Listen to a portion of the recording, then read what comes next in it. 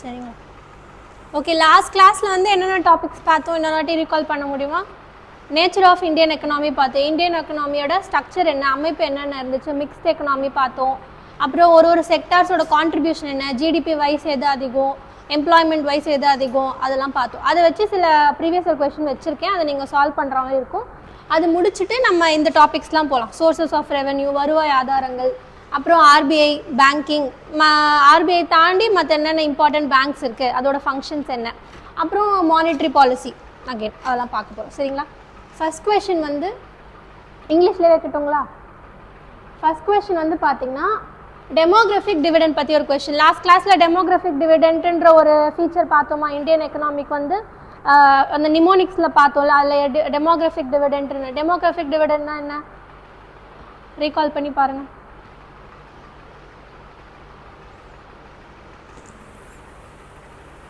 அதாவது இந்தியா வந்து டெமோகிராஃபிக் டிவிடெண்ட்டில் இப்போ அட்வான்டேஜாக இருக்குது அப்படி சொன்னேன். பாப்புலேஷனில் யூத் பாப்புலேஷன் 15 to அந்த ஒர்க்கிங் பாப்புலேஷன், ஒர்க்கிங் ஏஜில் இருக்க பாப்புலேஷனில் இருக்க மெம்பர்ஸ் வந்து அதிகமாக இருக்காங்க.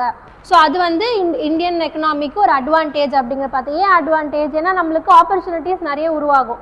யங்கர் பாப்புலேஷன் இருக்கும்போது ஆட்டோமேட்டிக்காக நம்ம ரிசர்ச் அண்ட் டெவலப்மெண்ட், புது எம்ப்ளாய்மெண்ட், க்ரியேட்டிவிட்டி, அந்த ஆரஞ்ச் எக்கனாமிலாம் கூட கனெக்ட் பண்ணும் பார்த்தீங்களா, அதில் டெமோகிராஃபிக் டிவிடெண்ட் பார்த்தோம். ஸோ அதை வச்சு ஒரு அசர்ஷன் ரீசன் கொடுத்துருக்காங்க.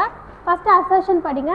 The demographic dividend is defined as the definition கொடுத்துருக்காங்க as rise in rate of the economic growth due to a rising share of working age people in a population. working age populationல இருக்கிற மக்களோட share அதிகமாகிறதுனால economic growth வந்து அதிகமாகும்னு சொல்கிறாங்க. Assertion கரெக்டாக தப்பா உங்களால் கண்டுபிடிக்க முடியுதா? Assertion correct. ஓகே, இப்போ ரீசன் வருவாங்க.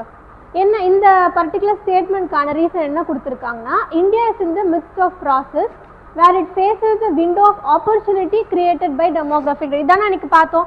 இந்தியாவுக்கு இப்போ வந்து டெமோகிராஃபிக் டிவிடெண்ட்னால நல்ல ஆப்பர்ச்சுனிட்டி இருக்குது. ஏன்? எக்கனாமிக் க்ரோத்னால. ஆனால் எக்கனாமிக் க்ரோத் இன்க்ரீஸ் பண்ணுறதுக்கு இந்தியா இப்போ ஆப்பர்ச்சுனிட்டிஸ்டிக்காக இருக்குதுன்னு பார்க்குறோம். ஸோ அப்போ இதுக்கு என்ன ஆன்சர் வரும்? Assertion correct, reason correct. So அப்போ நம்ம ரீசன் ஃபால்ஸுங்கிற ஆப்ஷன் எலிமினேட் பண்ணிடலாம். அதே மாதிரி அசர்ஷன் ஃபால்ஸுங்கிற ஆப்ஷனும் எலிமினேட் பண்ணலாம். பி ஆர் டி எது கரெக்ட்? எப்பவுமே இந்த மாதிரி கொஸ்டின்ஸ் வந்து பார்த்தீங்கன்னா அசர்ஷன் ரெண்டுமே கரெக்டுனா ரீசனுக்கும் அசர்ஷனுக்கும் சம்மந்தம் இருக்கா, இது அதை எக்ஸ்பிளைன் பண்ணுதா, இதுக்கான காரணமாக இது இருக்கா அப்படிங்கிறத பாருங்கள். இதில் என்ன சொல்லியிருக்காங்க? டெமோகிராஃபிக் டிவிடெண்ட் வந்து எக்கனாமிக் க்ரோத்துக்கான ஒரு வழிவகுக்கும் அப்படிங்கிற சொல்லியிருக்காங்க. அதுக்கான ரீசன் தானே கொடுத்துருக்காங்க. ஏன்? இந்தியாவில் வந்து டெமோகிராஃபிக் டிவிடெண்ட் அதிகமாக இருந்தால் நம்மளுக்கு ஆப்பர்ச்சுனிட்டி வந்து அதிகமாக இருக்கும், எக்கனாமிக் க்ரோத் சொல்லியிருக்காங்க. ஸோ அப்போ என்ன ஆன்சர் வரும் இதுக்கு? டியா? B correct explanation. சப்போஸ் ரெண்டு ஸ்டேட்மெண்ட்டும் கரெக்ட், பட் ரெண்டுத்துக்கும் வந்து சம்மந்தம் இல்லை, லிங்க் இல்லை, இது அதை வந்து எக்ஸ்பிளைன் பண்ணுற மாதிரி இல்லைன்னா அப்போ ஆப்ஷன் டி. மோஸ்ட்டாக அந்த அசர்ஷன் ரீசன் வந்து பார்த்தீங்கன்னா இப்போ முன்னாடி எப்படி ஃபார்மேட்டில் இருந்துச்சுன்னா ஏல வந்து கரெக்ட் எக்ஸ்பிளனேஷன் வரும், பி வந்து ராங் எக்ஸ்பிளனேஷன், அதுக்கப்புறம் இந்த ரெண்டு ஆப்ஷன் வச்சுருப்பாங்க. இப்போ வந்து மாற்றிட்டாங்க, அந்த ஃபார்மேட்டே மாற்றி கொடுக்குறாங்க. ஏன்னா நம்ம அவசரப்பட்டு ஏபின்னு போட்ட வாய்ப்பு இருக்குது. அதனால சேம் அதே கொஷின் தான் தமிழில் கொடுத்துருக்காங்க. தமிழ் வேணுமா இல்லை நெக்ஸ்ட் கொஷின் போகலாமா? ஓகே, இது தமிழில் மட்டும் கொஞ்சம் மிஸ்டேக்ஸ் இருக்கும், நீங்கள் இதுலலாம் கேளுங்க. அடுத்து வந்து 5 year பிளானில் பற்றி ஒரு கொஷின், சேம் அசர்ஷன் ரீசன். இந்த plan period 1966 to 69 were called as annual plans or annual plan holiday. இது பார்த்தவங்கள எந்த பிளானுக்கு அப்புறம் வந்தது? ஃபர்ஸ்ட் 5 year பிளான் போச்சு. First 5 year plan focused on agriculture. Second 5 year plan, second 5 year பிளான்கான பேர் என்ன, நேம், மாடல் நேம் என்ன? மெஹலா நோபிஸ் ஆர் ஜவஹர்லால் நேரு, அவங்க ரெண்டு பேரும் சேர்ந்து முக்கியமான பார்ட்டாக இருந்திருப்பாங்க அது ஃப்ரேம் பண்ணுறதுக்கு. அது வந்து ஃபோக்கஸ்ட் ஆன் இண்டஸ்ட்ரியல் க்ரோத். அது முடியறதுக்குள்ளே தான் நம்மளுக்கு என்ன நடந்திருக்கும்? இந்தியா சைனா வார் நடந்திருக்கும் 1962, ஃபாலோட் பை இந்தியா பாகிஸ்தான் வார் நடந்திருக்கும் 1965. ஸோ அதை கம்ப்ளீட் பண்ணுறதுக்கு முன்னாடியே நமக்கு வந்து செகண்ட் 5 year பிளான் கம்ப்ளீட் பண்ணுறதுக்கு முன்னாடியே நமக்கு அதை அச்சீவ் பண்ண முடிஞ்சிருக்காது. அப்போ தான் ஆனுவல் பிளான் ஹாலிடே, நான் சொன்னல வார் நடந்ததுனால ஹாலிடே விட்டுட்டாங்க, அதுதான் சொல்லியிருக்காங்க. ஸோ கரெக்ட், ஃபஸ்ட்டு அந்த பீரியட் கரெக்டாக பார்த்துக்கோங்க. 66 to 69 கரெக்ட் தான். ரீசன் பாருங்கள், because of the 2 major conflicts with China and Pakistan. அதான் இந்தியா வந்து சைனா கூடயோ பாகிஸ்தான் கூடயோ கான்ஃப்ளிக்ஸில் அப்போ வார் நடந்திருந்தது தான் ரீசன் அப்படி சொல்கிறாங்க. அப்போ கரெக்டுங்களா? இதுலேயும் பாருங்கள் அதே செட் ஆஃப் ஆப்ஷன் தான், பட் பிசிக்கு மாற்றிட்டாங்க. ஸோ இப்போ இதில் என்ன வரும்? சி தான் ஆப்ஷன். அசர்ஷன் ரீசன் சால்வ் பண்ண முடியுதுங்களா? அடுத்த கொஸ்டின் நீங்கள் கொஞ்சம் ட்ரை பண்ணுங்கள். அடுத்து இது தமிழில் மட்டும் கொஞ்சம் மிஸ்டேக்காக இருக்கும் நான் ட்ரான்ஸ்லேட் பண்ணதுனால. இந்த கொஸ்டின் வந்து நீத்தி ஆயோக் பற்றி லாஸ்ட்டாக பார்த்தோங்களா. ஸோ நீத்தி ஆயோக் எந்த கமிஷனை ரீப்ளேஸ் பண்ணுறதுக்காக வந்துச்சு? Planning commission. நீத்தி ஆயோகோட இயர் 2015. டேட்டும் கேட்டிருந்தாங்களா, டேட் வச்சு ஒரு ப்ரீவியஸ் இயர் கொஸ்டின் பார்த்தோம். என்ன டேட்? January 1, 2015 நீத்தி ஆயோகோட இது. அதுக்கப்புறம் அதோட ஃபங்க்ஷன்ஸ் என்ன, அதோட மெம்பர்ஸ் யார், கவர்னிங் கவுன்சிலில் யாரெல்லாம் இருந்தாங்க அப்படிங்கிறத பார்த்தோம். ரஃபார் 2 ஸ்லைட். சேம் அதை வச்சு ஒரு கொஸ்டின் கேட்டிருக்காங்க. Which of the following statements ட்ரூன்னு கேட்டிருக்காங்க. ஸோ கரெக்ட் எதுன்னு நம்ம கண்டுபிடிக்க போகிறோம் about Niti Aayog. First statement பாருங்கள். Niti Aayog has been instituted to replace the planning commission. Correct. So ஒரு ஸ்டேட்மெண்ட் கரெக்டுன்னா அகெயின் ஆப்ஷன்ஸ் வாங்க, ஏன்னா ஆப்ஷன் வச்சு நம்ம எலிமினேட் பண்ண முடியுதா பார்ப்போம். ஏல வந்து 2 and 4 கொடுத்துருக்காங்க. 4 only, 1 4 2 சாரி 1 and 4 1 2 3. ஸோ நம்மளுக்கு 1 கரெக்டு தெரிஞ்சிச்சு. அப்போ இது ரெண்டுத்துலேயும் 1 இல்லை. ஸோ ஏ அண்ட் பியை எலிமினேட் பண்ணிடலாம். இப்போ நம்மளுக்கு 2 ஆப்ஷன் தான் இருக்குது, சி இருக்குது, டி இருக்குது, 1 வரா மாதிரி. ஸோ அப்போ நம்ம 4 வந்து கொடுத்துருக்காங்க, இல்லை 1 4 கொடுத்துருக்காங்க. நீங்கள் எல்லா ஸ்டேட்மெண்ட்ஸும் தாராளமாக படிக்கலாம். ஆனால் நான் ஏன் எலிமினேஷன் டெக்னிக் சொல்கிறேன்னா, ஏன்னா அது பேசிக்காக நமக்கு தெரிஞ்சிருக்கணும். ஏன்னா நம்மளுக்கு போக போக வந்து பார்த்திங்கன்னா கொஸ்டினோட அந்த லென்த் வந்து அதிகமாகிட்டே போகுது. டிஎன்பிசி பேப்பரோட வெயிட் வந்து பார்த்திங்கன்னா அதிகமாகிட்டே போகுது. நம்ம ஒரு ஆப்ஷனும் படிச்சுட்டே இருக்கிறதுக்கு டைம் கண்டிப்பாக இருக்காது. நம்ம 200 கொஸ்டின் சால்வ் பண்ணுறது கஷ்டமாக இருக்கா மாதிரி தான் அவங்க தராங்க.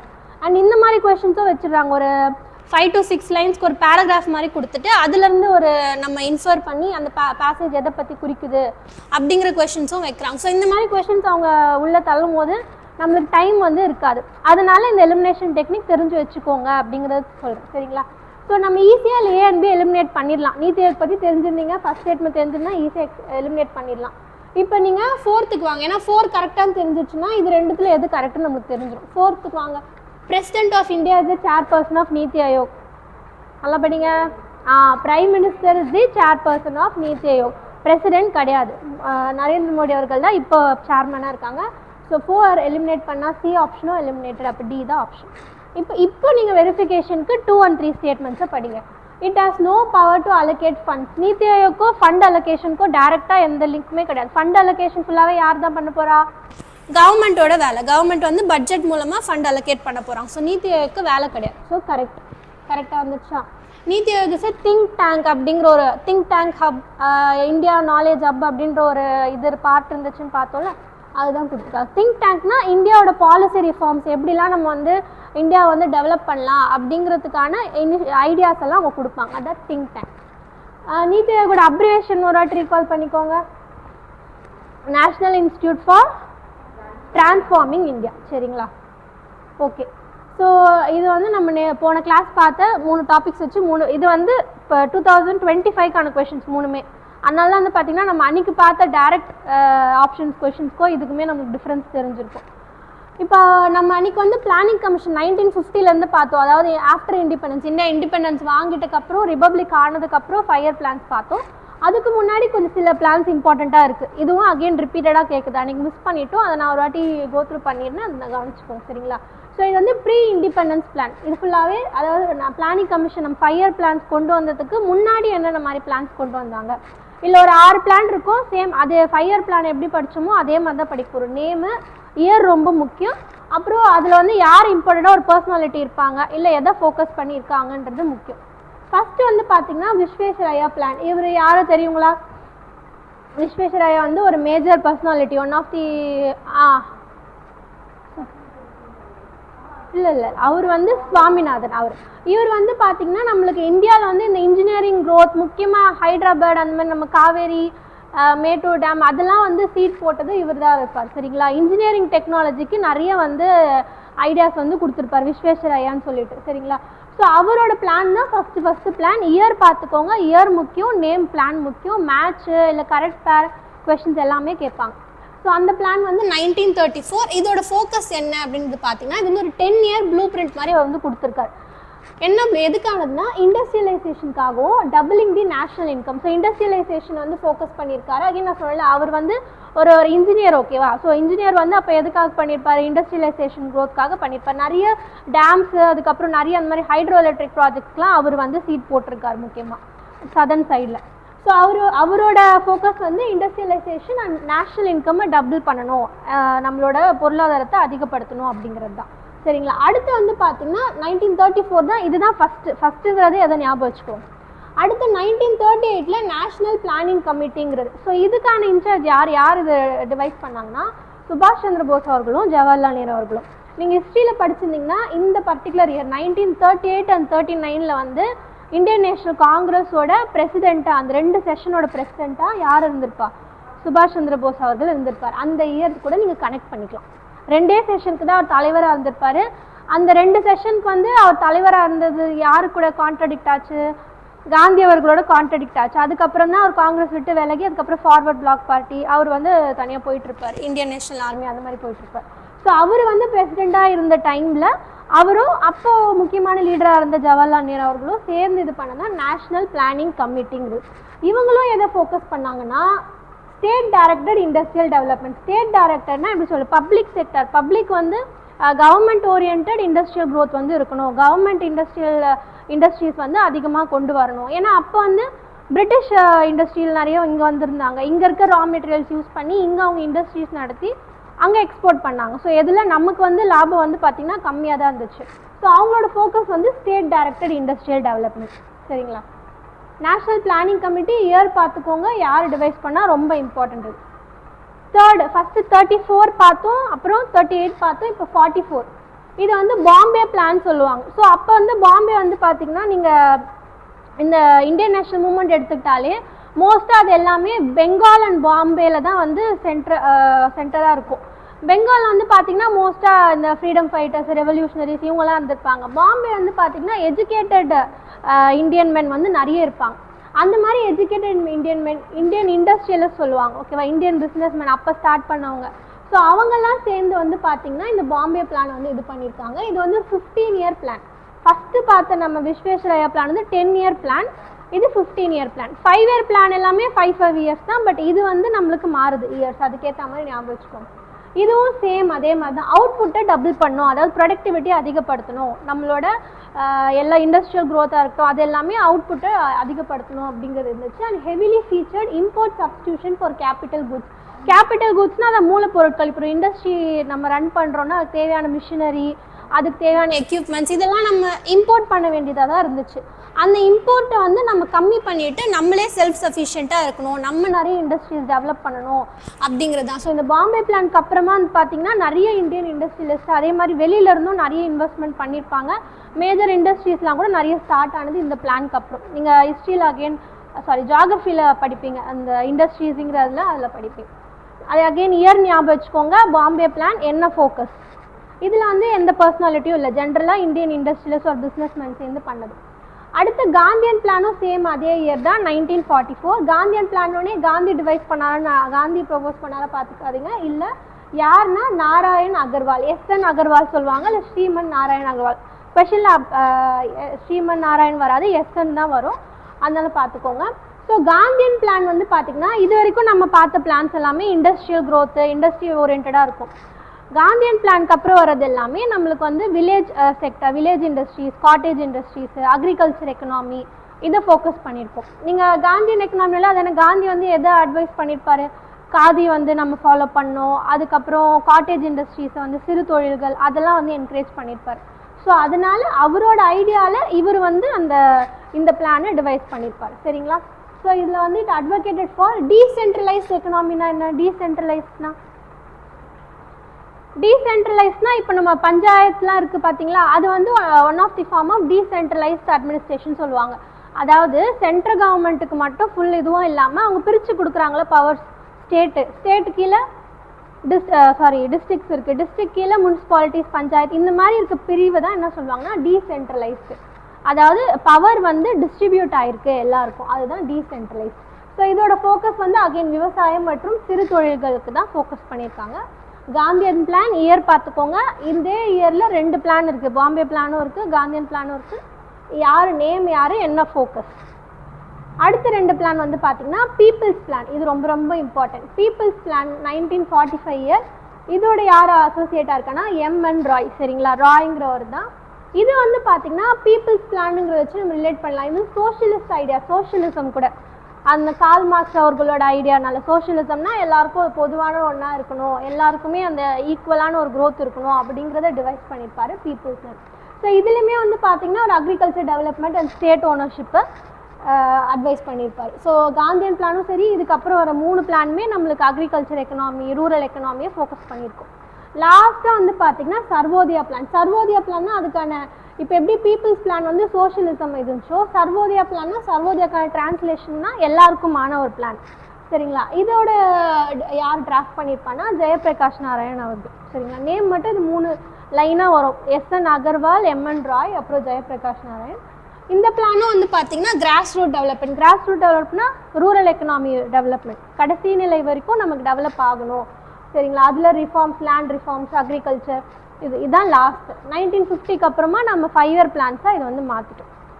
ஒரு வாட்டி அப்படியே பார்த்துக்கோங்க டைம் லைனாக. ஃபஸ்ட்டு பிளான் வந்து Visvesvaraya plan 1934 industrial growth focus பண்ணியிருப்பார், 10 இயர் பிளான். அப்புறம் நேஷ்னல் பிளானிங் கமிட்டி 1938 சுபாஷ் சந்திர போஸ் அவர்கள், அப்புறம் ஜவஹர்லால் நேரு அவர்கள். இதுவுமே இண்டஸ்ட்ரியல் டெவலப்மெண்ட்டை ஃபோக்கஸ் பண்ணி தான் இருக்கும். அடுத்து பாம்பே பிளான் 1944. இது வந்து இந்தியன் இண்டஸ்ட்ரியலிஸ்ட்லாம் சேர்ந்து உருவாக்குனது. இதுவுமே இண்டஸ்ட்ரியல் க்ரோத்து, கேபிட்டல் குட்ஸை இம்போர்ட் பண்ணுறது நம்ம கம்மி பண்ணணும் அப்படிங்கிறத சார்ந்திருக்கும் 1944. அப்புறம் காந்தியன் பிளான், இதுக்கப்புறம் வர எல்லாமே நம்மளுக்கு rural economy, agriculture. Gandhian plan 1944 S N Agarwal அவர்கள், same decentralised economy, rural economy. அது அடுத்து வந்து பீப்புள்ஸ் பிளான். பீப்புள்ஸ் பிளான் வந்து 1945 எம்என் ராய் அவர்கள், அதே விவசாய மேம்பாடு மற்றும் அந்த ஸ்டேட் ஓனர்டு எக்கனாமியாக இருக்கணும்னு சொன்னார். லாஸ்ட்டாக சர்வோதயா பிளான் ஜெயபிரகாஷ் நாராயண். சரிங்களா? ஒரு வாட்டி புரிஞ்சுதா? இப்போ இதை வச்சு நிறைய கொஷின்ஸ் கேட்பாங்க. ஒரு ப்ராக்டிஸ் கொஷின் பார்ப்போம். இதில் பாருங்கள், சூஸ் தி கரெக்ட் பேர் கொடுத்துருக்காங்க. பிளான் கொடுத்துருக்காங்க, இயர் கொடுத்துருக்காங்க. கரெக்ட் எது பாருங்கள். பாம்பே பிளான் எத்தனாவது பிளானாக பார்த்தோம்? 3rd பிளானாக பார்த்தோம். 1940 இதோட இயர் 44. ஸோ 1 வந்து தப்பு. பியோன் சியோ எலிமினேட் பண்ணிடலாம். காந்தியன் பிளான் 1940, அதுவும் 44. பீப்புள்ஸ் பிளான் வந்து 1945. சர்வோதயா பிளான் 1950. அப்போது 4 மட்டும் தான் கரெக்ட். அவங்க இதை 44ன்னு 45 எடுத்துக்கிட்டாங்க போல இருக்கு, ஏன்னா ஆப்ஷன் எதுவுமே மேட்ச் ஆகலையே. பீப்புள்ஸ் பிளான் வந்து 1945. அது அப்போ 2 and 4 தான் நம்ம எடுத்துக்கணும். ஆமாம், இது 44 தான். 44 தான் பாம்பே பிளான். 40 தப்பு.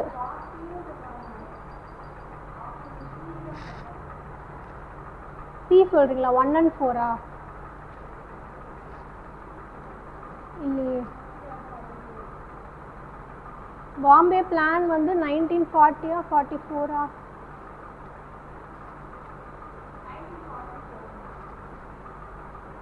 புக்கில் ஒரு வாட்டி செக் பண்ணிடலாங்களா? புக் வச்சுருக்கீங்களான்னா 12th standard book, 7th standard book வச்சுருக்கீங்களா? சரி, இது மட்டும் நான் பிரேக்கில் செக் பண்ணி சொல்கிறேன், ஓகேங்களா? இதர் டி ஆர் சி இருக்கும், ஏன்னா 4 கரெக்டு, 2 and 3 ஆப்ஷன் அது தப்பாக போட்டிருக்குன்னா என்னங்கிறது பார்த்து சொல்கிறேன். அடுத்து இது பாருங்கள், இது இயர் இல்லை, மேட்ச் மாதிரி கேட்டிருக்காங்க. ஜவஹர்லால் நேரு என்ன பிளான்? 4 ஆப்ஷன்ஸ் இருக்குது. நேஷ்னல் பிளானிங் கமிட்டி இருந்துச்சு, இங்கே கமிஷன் கொடுத்துருக்காங்க. ஓகே, அப்போ ஏக்கு வந்து 4 பார்த்திங்கன்னா 2 ஆப்ஷன் இருக்குது. அடுத்து எஸ்என் அகர்வால் யாருது பார்த்தோம்? Gandhian plan. அப்புறம் ஜேபி நாராயண் வந்து லாஸ்ட்டாக பார்த்தது சர்வோதயா பிளான். டி வந்து 1. ஸோ அப்போ option Eva Pia? D3. A option correct. சரிங்களா? இந்த மாதிரி கேட்பாங்க. ஸோ இது இந்த பிளான் இன்னொரு வாட்டி ரிவைஸ் பண்ணிக்கோங்க. புக்கில் இருக்குது, ஒரு பேஜில் தான் இருக்கும், 12th ஸ்டாண்டர்ட் புக்கில் இருக்கும். சரிங்களா? ஸோ அன்றைக்கி வந்து நீத்தி ஆயோக் பற்றி பார்த்தோம்ல, அதில் நீத்தி ஆயோகோட ஃபங்க்ஷன்ஸில் வந்து அவன் சொல்லியிருப்பேன். நீத்தி ஆயோக் வந்து ஃபெடரலிசம், கோஆப்ரேட்டிவ் ஃபெடரலிசம்க்கு, அதாவது ஸ்டேட்ஸ் கூட வந்து நம்மளுக்கு நல்ல ரிலேஷன்ஷிப் இருக்கணும்னு அதுக்கான பிளான் வந்து வகுக்கிறதுக்கு ஹெல்ப் பண்ணுவாங்க. இந்த கவர்னிங் கவுன்சில் இப்போ கூட ரீசெண்டாக நடந்துச்சுங்களா, லாஸ்ட் வீக்கில் கவர்னிங் கவுன்சில் மீட்டிங் நம்ம சிஎம் கூட போய் அட்டன் பண்ணியிருந்தார்.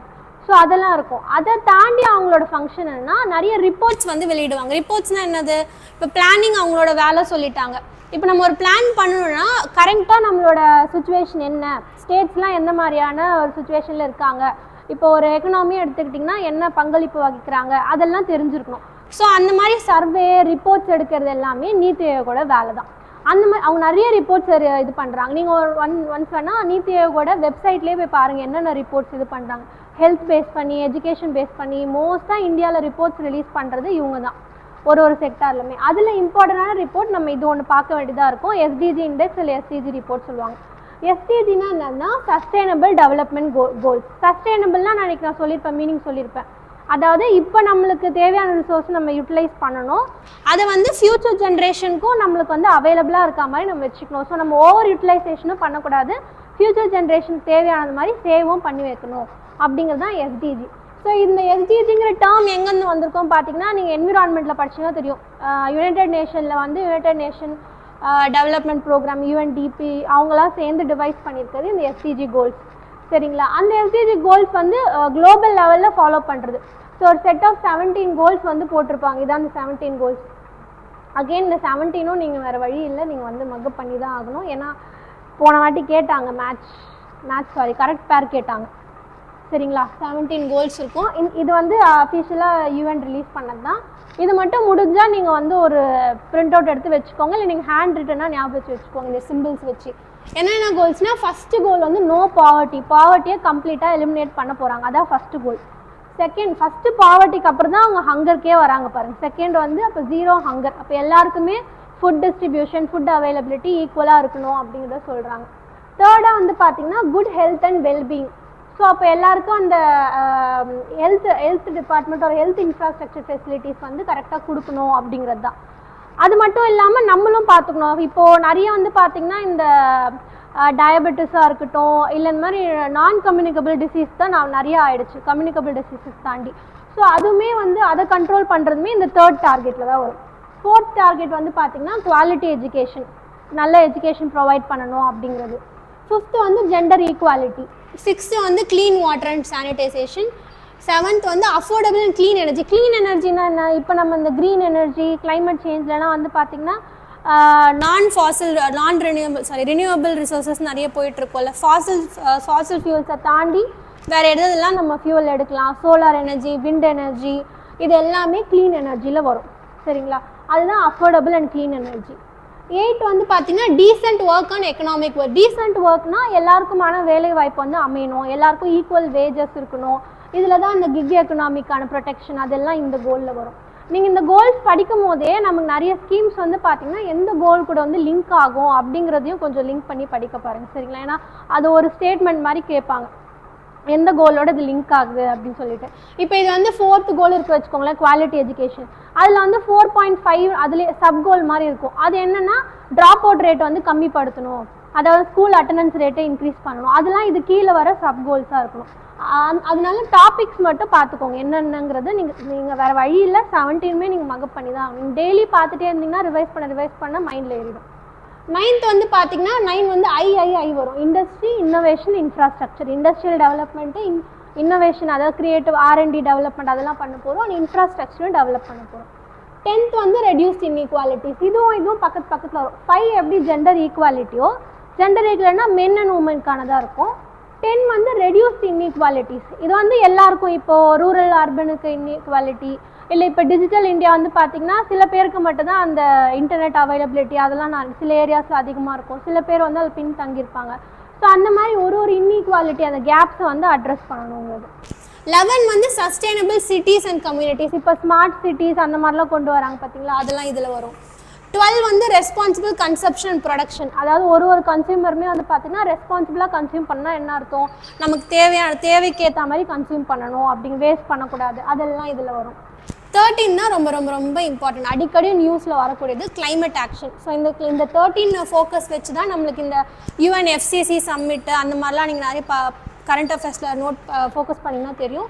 13லேருந்து இம்பார்ட்டன்ட் நம்மளுக்கு. 14 வந்து லைஃப் பிலோ வாட்டர், மெரைன் எக்கோசிஸ்டமை வந்து எப்படி ப்ரொடெக்ட் பண்ணுறது அதை பற்றி வரும். 15 வந்து லைஃப் ஆன் லேண்ட்னா ஃபாரஸ்ட் எப்படி பாதுகாக்கிறது, இந்த டெசர்டிஃபிகேஷன்னா நிறைய இடம் வந்து பார்த்திங்கன்னா இப்போ ட்ரை ஆகுது, வறட்சினால பாலைவனமாக மாறக்கூடிய சூழ்நிலை நிறைய இடத்துல உருவாகிட்டு இருக்கு, அதெல்லாம் தடுக்கிறது. 16 வந்து peace and justice strong institution, global லெவலில் பீஸ் அண்ட் ஜஸ்டிஸ் வந்து நிலைநிறுக்கிறதுக்கு அதுக்கான இன்ஸ்டிடியூஷன் நிறுவனம். லாஸ்ட்டாக வந்து இந்த எல்லா கோல்ஸும் நடக்கிறதுக்கு நம்ம பார்ட்னர்ஷிப் வச்சுக்கணும், எல்லா கண்ட்ரிஸும் பார்ட்னர் ஆகி ஒர்க் பண்ணணுங்கிறது. ஸோ இது யார் டிவைஸ் பண்ணியிருப்பாங்கன்னா இந்த யுனைடெட் நேஷன் வந்து 2015 வந்து இது அடாப்ட் பண்ணியிருப்பாங்க. 2030 இது எல்லாத்தையும் அச்சீவ் பண்ணணுங்கிறது தான் நோக்கம். 17 கோல்ஸ் இருக்குது. எத்தனை கோல்ஸ் பார்த்துக்கோங்க, 17 கோல்ஸ் இருக்குது. எப்போ பண்ணாங்கன்னா 2015.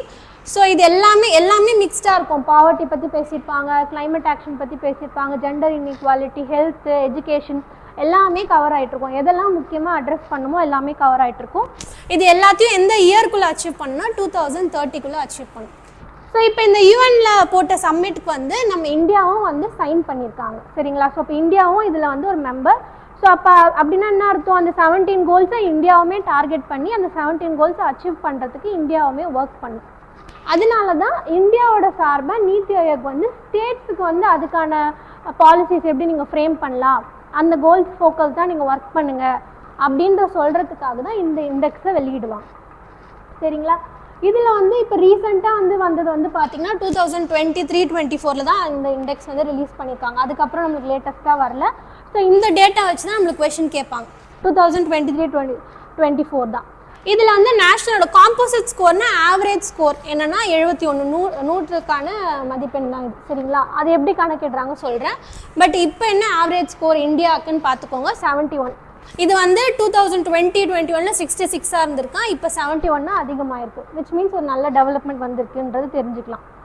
இந்த 17 கோல்ஸ் அகெயின் நீங்கள் கண்டிப்பாக நீங்கள் படித்தாகணும், இதை எழுதி வச்சுக்கோங்க, ஹோம்ஒர்க் மாதிரி கூட பண்ணுங்கள், சரிங்களா?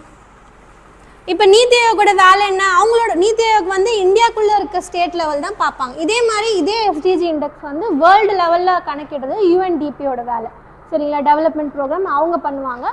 ஸ்டேட் லெவலில் நம்ம பண்ணுறது நீத்தி ஆயோகோட வேலை. இல்லை ஸ்டேட் லெவல் ரேங்கிங்ஸ் வந்து கொடுத்துருக்காங்க பாரு. இதில் வந்து 3ஆக பிரிப்பாங்க. 100 மார்க்ஸ், அதாவது ஃபுல் மார்க்கே இவ்வளோ தான். 100 எடுத்திருந்தாங்கன்னா அந்த ஸ்டேட்டை அச்சீவர் ஸ்டேட்டுன்னு கிளாஸிஃபை பண்ணுவோம். இல்லைன்னா front runners 65 to 99 front runners, அப்புறம் பர்ஃபார்மன்ஸ் ஆஸ்பிரன்ஸ், சரிங்களா? இது ஏன் தெரிஞ்சுக்கணும்னா எந்தெந்த இதில் தமிழ்நாடு வருது அப்படிங்கிறத நீங்கள் தெரிஞ்சுக்கணும். தமிழ்நாடு ஃபோக்கஸ்டாக படிக்கிறதுனால நான் இது ப்ரீஃபாக இன்ட்ரடக்ஷன் தரேன். இதில் டாப் பர்ஃபார்மன்ஸ், அதாவது அச்சீவர்ஸ் வந்து பார்த்திங்கன்னா 100% இன்னும் யாரும் ஃபுல்லாக அச்சீவ் பண்ணல. அதனால் மோஸ்ட்டாக ஸ்டேட்ஸ் வந்து ஃப்ரண்ட் ரன்னர்ஸாக தான் இருப்பாங்க 99 இருக்கிறதுனால. அதில் வந்து கேரளாவும் உத்தரகாண்டும் வந்து பார்த்திங்கன்னா கிட்டத்தட்ட ஒரே ஸ்கோரில் இருப்பாங்க, 69 சம்திங் ஸ்கோரில் இருப்பாங்க, கிட்டத்தட்ட சேமாக இருக்கும். அண்ட் அதுக்கப்புறம் கேரளா உத்தரகாண்டுக்கு அப்புறம் செகண்ட் ஸ்டேட்டில் இருக்கிறது தமிழ்நாடு. சில கொஷின்ஸில் எப்படி கொடுப்பாங்கன்னா கேரளா உத்தரகாண்ட் இவங்க ஃபஸ்ட்டு, இவங்க செகண்ட், தமிழ்நாடு தேர்டாக போடுவாங்க. பட் அஃபிஷியலாக வந்து பார்த்திங்கன்னா தமிழ்நாடு வந்து செகண்ட், இவங்க 2 பேரும் சேர்ந்து தான் ஃபஸ்ட்டு ஒரே ஸ்கோரில் இருப்பாங்க. தமிழ்நாடோட ரேங்க் என்னன்னு தெரிஞ்சுக்கோங்க. யூனியன் டெரிட்டரிஸில் டாப் ரேங்க்ஸ் இருக்கிறது சண்டிகர், ஜம்மு அண்ட் காஷ்மீர், இவங்கலாம். ஸோ இப்போ இது வந்து ஸ்டேட் வைஸ் பார்த்தோம். இந்தியாவோட லெவல் எப்படி இருக்குது, குளோபல் லெவலில் இந்தியாவோடது எப்படி இருக்குன்னா, நீத்தி ஆயோக் வந்து நமக்கு national level, sub national level data கொடுக்குது. வேறஸ் குளோபல் லெவல் டேட்டா வந்து இவங்க தான், United nation global sustainable development report அப்படிங்கிற ரிப்போர்ட் மூலமாக நம்மளுக்கு தெரியும். அதில் நம்மளுக்கு ரீசெண்டாக அந்த ரிப்போர்ட்டில் இந்தியா ஃபஸ்ட் டைம் 100க்குள்ளே ஒரு ரேங்க் வந்திருக்கு, 99th ரேங்க் வந்திருக்கு. அவுட் ஆஃப் 167 கண்ட்ரீஸில் நம்மளோட ஸ்கோர் 67 இருக்குது. அதில் ஃபஸ்ட் டைம் குளோபல் டாப் 100ல் இந்தியா வந்து இடம் பிடிச்சிருக்கு. அதனால இம்பார்ட்டன்ட், இந்தியாவோட ரேங்க் ரொம்ப இம்பார்ட்டன்ட். இந்த மாதிரி ரிப்போர்ட்ஸ்லாம் இந்தியாவோட ரேங்க் ரொம்ப ரொம்ப இம்பார்ட்டன்ட். சரி, 99th ரேங்க் வாங்கியிருக்கு ஃபர்ஸ்ட் டைம். அகெயின் அடுத்து சொன்னல என்னென்ன கேட்டகரிஸாக பிரிக்கிறாங்க வந்து பார்த்திங்கன்னா அச்சீவர்ஸ் 100%. ஸோ எந்த மாநிலமும் இந்த இலக்கை வந்து இன்னும் எட்டலை, சரிங்களா? எல்லாமே ஃப்ரண்ட் ரன்னர்ஸில் தான் வருவாங்க. ஃப்ரண்ட் ரன்னர்ஸ் வச்சு தான் நம்ம ஃபஸ்ட் ரேங்க், செகண்ட் ரேங்க், 100% இன்னும் யாரும் அச்சீவ் பண்ணல. அடுத்து ஃப்ரண்ட் ரன்னர்ஸ் ஒரு முன்னோடிகள். அதில் வந்து தமிழ்நாடு வந்து பார்த்திங்கன்னா 78 இருக்குது, 79, அப்புறம் 32. இது வந்து ஒரு கோலுக்குமே மாறும், அதனால் அவங்க ஜென்ரலாக கொடுத்துருக்காங்க. என்னென்ன கோலில் தமிழ்நாடு ஃபஸ்ட் இருக்காங்கன்றது சொல்கிறேன். இது ரொம்ப முக்கியம், இதை பார்த்துக்கோங்க. தமிழ்நாடோட நிலை என்னென்னா காம்போசிட் ஸ்கோர் வந்து 78, தமிழ்நாடுக்கு மட்டும் இருக்க ஸ்கோர் 78. நம்ம இந்தியாவுக்கு என்ன பார்த்தோம், நேஷ்னல் ஆவரேஜ் 71. ஸோ நேஷ்னல் ஆவரேஜை விட நம்மளுக்கு அதிகமாக இருக்குது. இந்த மாதிரி ஒரு ஸ்டேட்மெண்ட் கேட்பாங்க, தமிழ்நாடோட ரேங்க் ஆர் ஸ்கோர் வந்து நேஷ்னல் ஆவரேஜை விட அதிகமாக இருக்கா, ட்ரூ ஆர் ஃபால்ஸா, அந்த மாதிரி கேட்பாங்க. கரெக்டு தானே, 71 78 நம்மளுக்கு அதிகமாக இருக்குது. ஸோ இந்தியா அளவில் செகண்ட் பிளேஸ் பிடிச்சிருக்கு. ஆஃப்டர் கேரளான்னு உத்தரகாந்துக்கு அப்புறமா தமிழ்நாடு வந்து செகண்ட் பிளேஸ் பிடிச்சிருக்கு. இது வந்து என்னென்ன கேட்டகரிஸில் என்னென்ன கோல்ஸில் ஃப்ரண்ட் ரன்னராக இருக்குது அப்படிங்கிறத பார்ப்போம். பாருங்கள், ஜென்ரலாக வந்து பார்த்தீங்கன்னா மொத்த கோல்ஸும் எடுத்துக்கிட்டிங்கன்னா செகண்ட் பிளேஸில் இருக்குது. அந்த 17 டார்கெட்ஸ் பார்த்தோம்ல, அதில் ஒரு கோலாக எடுத்துக்கிட்டிங்கன்னா எந்தெந்த கோலில் ஃபஸ்ட்டாக இருக்குது, இது ரொம்ப இம்பார்ட்டன்ட் தெரிஞ்சுக்கிறது. ஃபஸ்ட்டு எதில் இந்தியாவில் ரேங்க் 1 தமிழ்நாடு எது, இது எல்லாமே தமிழ்நாடோட ரேங்க்ஸ் தான் சரிங்களா. ஃபஸ்ட்டு நம்ம நோ பாவர்ட்டிங்கிறது தான் நம்ம ஃபஸ்ட்டு கோலாக பார்த்தோம். அதில் வந்து தமிழ்நாடு ஃபஸ்ட் பிளேஸ் வாங்கியிருக்கு. ஏன்னா எப்படின்னா பாவர்ட்டி ரேட் வந்து பார்த்திங்கன்னா 1.43 அளவுக்கு நம்மளுக்கு குறைஞ்சிருக்கு. ஸோ 2 பாயிண்ட் கிட்ட 4 பாயிண்ட் கிட்ட இருக்கும், இப்போ 1.43 குறைஞ்சிருக்கு. ஸோ நோ பாவர்ட்டியில் இது வந்து ஃபஸ்ட் ரேங்க் பிடிச்சிருக்கு. அகெயின் அஃபோர்டபுள் அண்ட் க்ளீன் எனர்ஜியில், க்ளீன் எனர்ஜினா அந்த க்ரீன் எனர்ஜி சொன்னால ரினியூவபிள் எனர்ஜி. ஸோ அதுலேயுமே வந்து ரினியூவபிள் எனர்ஜி கெப்பாசிட்டி அதிகமாக இருக்குது. Solar panel, solar parks, wind energy, hydro electric அதெல்லாம் அதிகப்படுத்தியிருக்காங்க. எதில் ஃபஸ்ட் இருக்குன்றது மட்டும் நோட் பண்ணிக்கோங்க போதும். அடுத்து கிளைமேட் ஆக்ஷன்லேயும் வந்து பார்த்திங்கன்னா ஃபஸ்ட் பிளேஸ் இருக்குது. ஸோ இந்தியாவிலே ஃபஸ்ட்டு இந்த கிளைமேட் ஆக்ஷனுக்காக ஒரு பிளான் டிவைஸ் பண்ணதே தமிழ்நாடு தான். கிளைமேட் ஆக்ஷனுக்கான ஒரு பிளானே டிவைஸ் பண்ணியிருப்பாங்க. அதுக்கு வந்து தனியாக ஒரு டிபார்ட்மெண்ட் மாதிரியும் போட்டிருப்பாங்க சரிங்களா. ஸோ இதில் வந்து பார்த்திங்கன்னா ஃபஸ்ட் பிளேஸ் அகெயின் வாங்கியிருக்கு கிளைமேட் ஆக்ஷனில். அடுத்து வந்து ஃப்ரண்ட் ரன்னர் வேறு எதில் ஃப்ரண்ட் ரன்னர் இருக்குன்னா தேர்ட்லேயும் ஃபோர்த்துலையுமே அந்த குவாலிட்டி எஜுகேஷன் சொன்னல அதுலையுமே ஃப்ரண்ட் ரன்னர் பிளேஸ் பிடிச்சிருப்பாங்க. ஸோ எதில் தமிழ்நாடு டாப்பாக இருக்குங்கிறத மட்டும் தெரிஞ்சு வச்சுக்கோங்க. இதை வச்சு ஒரு question again last time repeat ஆனது. Arrange the following states with respect to the Niti Aayog SDG India index rankings. So இதில் வந்து நம்மளை ரேங்க் பண்ண சொல்கிறாங்க. என்ன ஃபஸ்ட்லேருந்து அசெண்டிங் ஆர்டரில் பண்ண சொல்கிறாங்க. ஸோ ஃபஸ்ட்டு நம்மளுக்கு வந்து எந்த ஸ்டேட்ஸ் வரும், கேரளா, உத்தரகாண்ட். ஸோ நான் என்ன சொன்னேன், 2 பேருமே கிட்டத்தட்ட சேம் ஸ்கோர் வச்சுருப்பாங்க, 2 பேருமே ஃபஸ்ட்டு தான். இப்போ நம்மளுக்கு 3, 2, 2, 3 2 ஆப்ஷன் தான் உங்களுக்கு கன்ஃபியூஸ் ஆக வாய்ப்பு இருக்குது. பட் இல்லை, 2, 3 தான் இருக்குது. அப்போ கண்ணை விட்டு நீங்கள் C செலக்ட் பண்ணிட்டு போகலாம். ஃபஸ்ட்டு உத்தரகாண்ட், அப்புறம் கேரளா, அப்புறம் தமிழ்நாடு கோ. ஏன்னா செகண்ட் பொசிஷன் நமக்கு தமிழ்நாடு தெரியும். இவங்க 2 பேரும் ஒரே ஸ்கோர் வச்சுருக்கிறதுனால ஃபஸ்ட் ப்ரைஸ் வந்து ஃபஸ்ட் ரேங்க் வந்து பிளேஸ் வந்து இவங்களுக்கும் கொடுக்கலாம், இவங்களுக்கும் கொடுக்கலாம். இன்கேஸ் அவங்க ஆப்ஷன் 2, 3, 3, 2ன்னு வச்சுருந்தாங்கன்னா அப்போ வேணால் நம்மளுக்கு கொஞ்சம் கன்ஃபியூஸ் ஆக வாய்ப்பு இருக்குது. அப்படி கொடுத்துருந்தாங்கனாலும் 2 ஆப்ஷனுமே கரெக்ட் தான் வந்திருக்கும். ஏன்னா சேம் ஸ்கோர் தான் 2 பேருக்குமே. இது இப்போதைக்கு இந்த ரிப்போர்ட் மட்டும் தான் இருக்குது. இதுக்கு மேலே புது ரிப்போர்ட் ரிலீஸ் பண்ணாதான் ரேங்கிங் மாறும், இல்லைனா இதே ரேங்க் தான். தமிழ்நாடோட ரேங்க் என்ன, எதில் அது முன்னோடியாக இருக்குது அப்படிங்கிறது மட்டும் பார்த்துக்கோம். ஸோ இது வந்து அன்றைக்கி நம்ம எடுத்த டாபிக்ஸ்க்கான கொஞ்சம் விட்டது இருந்துச்சு. இப்போ நம்ம இன்றைக்கி டாபிக்ஸ்க்காக போவோம். இதில் வேறு எதுனா டவுட்ஸ் இருக்கா? அந்த பிளான் அதெல்லாம் ஒரு வாட்டி பார்த்துக்கோங்க. அதில் கொஷின் கண்டிப்பாக வரும். அந்த மேட்ச்லாம் பார்த்தோம்ல, ப்ரீ இண்டிபெண்டன்ஸ் பிளான் அது. அப்புறம் SDG கோல்ஸ் நீங்கள் கம்பல்சரி அந்த 17 கோல்ஸ் நீங்கள் படிச்சாகணும். அது மேட்சும் கேட்டிருந்தாங்க. அந்த கொஷின் அட்டாச் பண்ண மாட்டேன், நெக்ஸ்ட் கிளாஸில் காட்டுறேன். மேட்ச் மாதிரி கேட்டிருப்பாங்க, கரெக்ட் பேர் மாதிரியும் கேட்டிருப்பாங்க. SDG கோல் 2 வந்து நோ பாவர்ட்டி கொடுத்துருப்பாங்க, இன்கரெக்ட் அப்படி செலக்ட் பண்ணுற மாதிரி இருக்கும் சரிங்களா. அதே மாதிரி அந்த இண்டெக்ஸும் ஒரு வாட்டி பார்த்துக்கோங்க. தமிழ்நாடு வந்து எதில் ஃப்ரண்ட் ரன்னாக இருக்குது, நான் ஃபஸ்ட் ரேங்க் எடுத்துருக்குங்கிறதும் தெரிஞ்சுக்கோங்க. இப்போ அடுத்து நம்ம பார்க்க போது வந்து சோர்சஸ் ஆஃப் ரெவன்யூ, வருவாயோட ஆதாரங்கள் என்னென்ன. அன்றைக்கே பார்த்தோம், 2 டைப்ஸாக இருக்குது. என்ன, tax revenue, non tax revenue. Tax ரெவன்யூவில் வந்து பார்த்திங்கன்னா ஸ்டேட்டுக்கு ஓனாக வர டேக்ஸ், ஒரு ஸ்டேட்டுக்கு வந்து டைரெக்டாக அவங்க போடுற டேக்ஸு ஸ்டேட்டுக்கு வரும். இன்னொன்று சென்டர்கிட்ட இருந்து சென்ட்ரல் டேக்ஸ்லேருந்து இவங்களுக்கு வர பங்கு அதுவுமே வரும். ஸோ பேசிக்காக பிரிச்சிங்கன்னா டேக்ஸ் ரெவன்யூ, நான் டேக்ஸ் ரெவன்யூன்னு 2ஆக பிரியும். டேக்ஸில் ஸ்டேட்டோட ஓன் ரெவன்யூ, அதுக்கப்புறம் சென்டர்லேருந்து வர டெவல்யூஷன்னா அதுலேருந்து வர பங்கு நம்மளுக்கு சரிங்களா. ஸ்டேட்டோட ஓன் ரெவன்யூவில் என்னென்ன வரும், அகெயின் இதுவுமே இம்பார்ட்டன்ட். இன்கம் டேக்ஸ் ஸ்டேட்டுக்கு டைரெக்டாக வர்றது. அதேமாதிரி கேபிட்டல் டிரான்சாக்ஷன், ப்ராப்பர்ட்டி, சொத்தில் அதெல்லாம் வாங்கணுன்னா அதில் நடக்கிற அந்த டிரான்சாக்ஷன் அதுக்கான வரி, வெல்த் டேக்ஸ் அதெல்லாம் இருக்கும். அப்புறம் கமோடிட்டிஸ் அண்ட் சர்வீஸ், இது வந்து இன்டைரக்ட் டேக்ஸில் வரும்.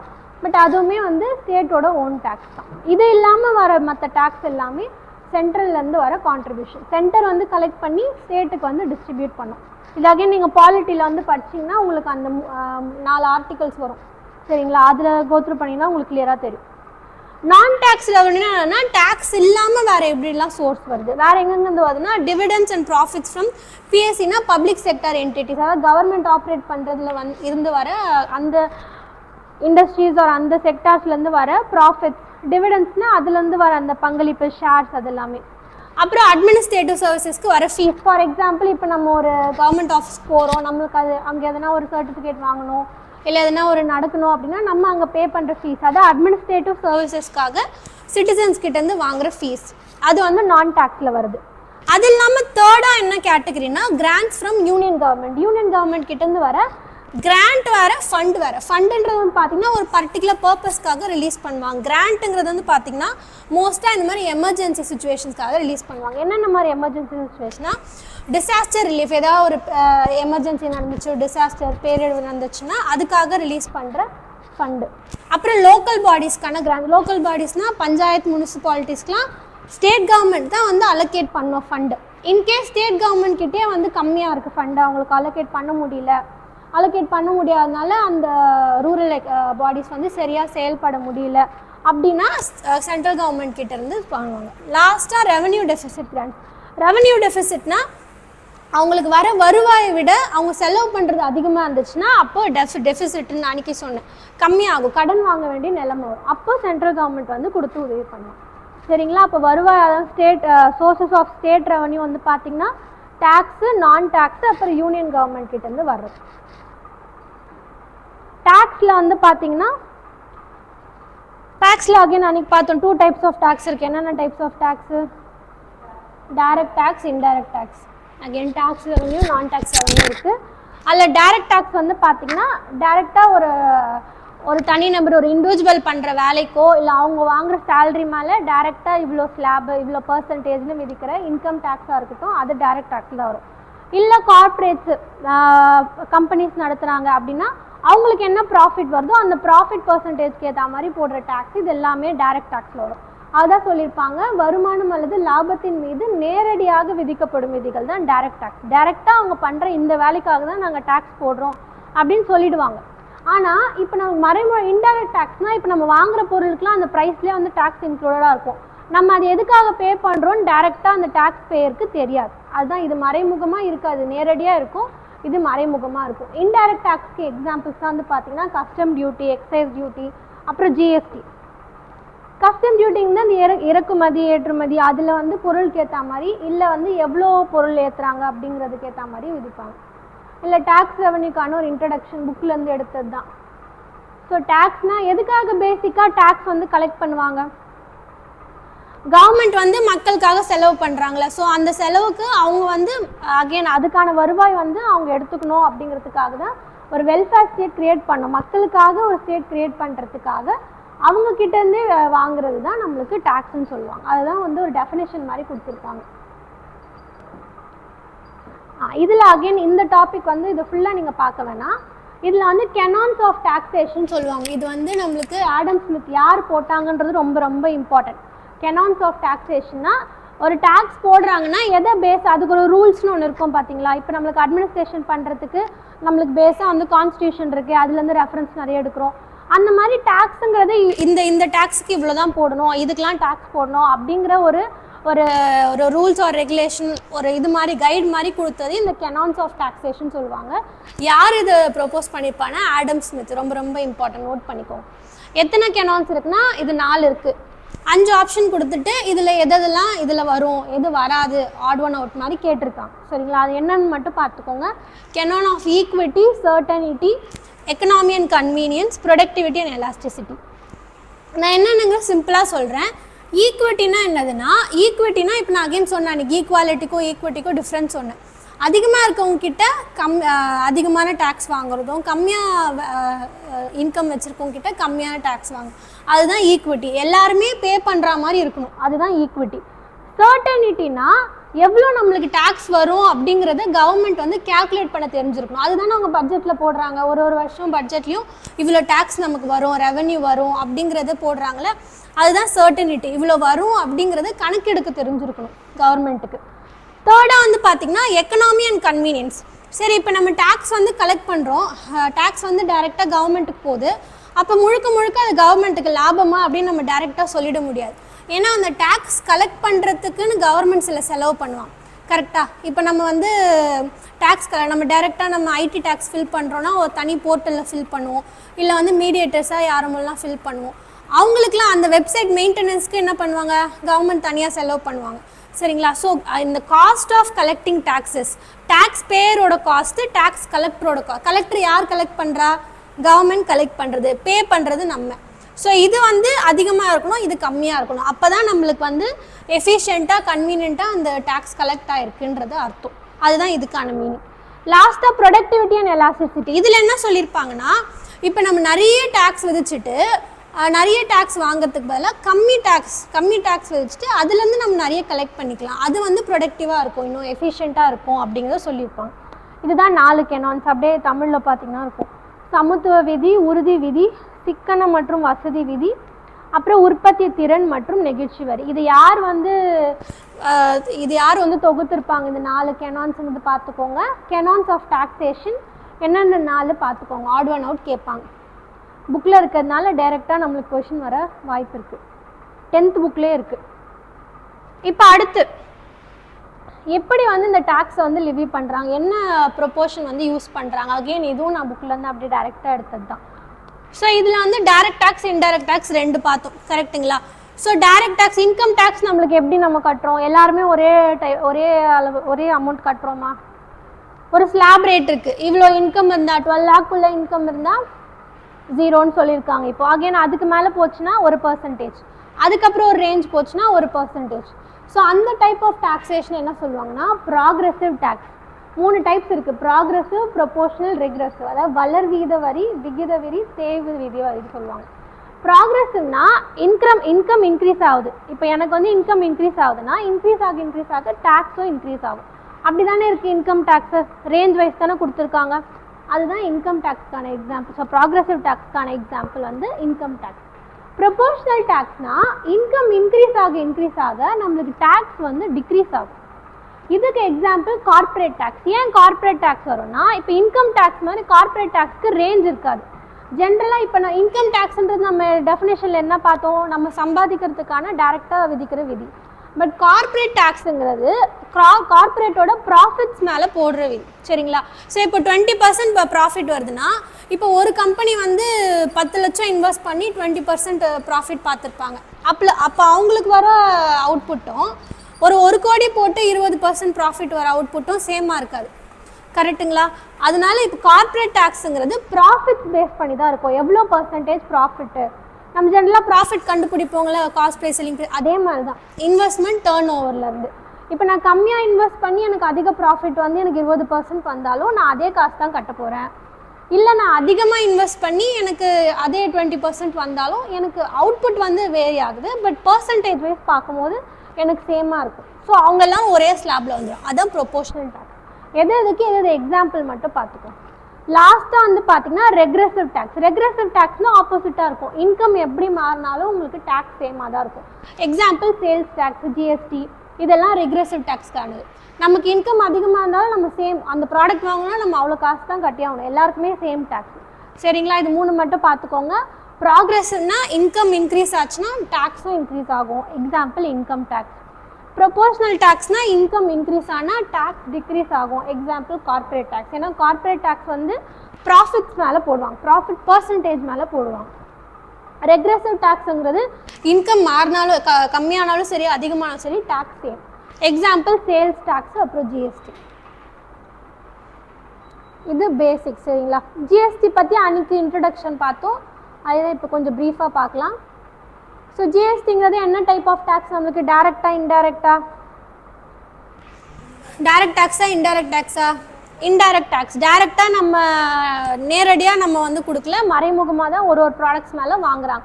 இப்போ நம்ம ஒரு ப்ராடக்ட் வாங்குகிறோம், இப்போ கோல்டு வாங்குகிறோம், இல்லை வேறு எதுனா பர்ச்சேஸ் பண்ணோம்னா ஜிஎஸ்டிங்கிறது அதுக்கு ஃபிக்ஸ்டு பர்சன்டேஜ். 3% எதுக்கு போடுறாங்கன்னு நமக்கு தெரியாது. கரெக்டுங்களா?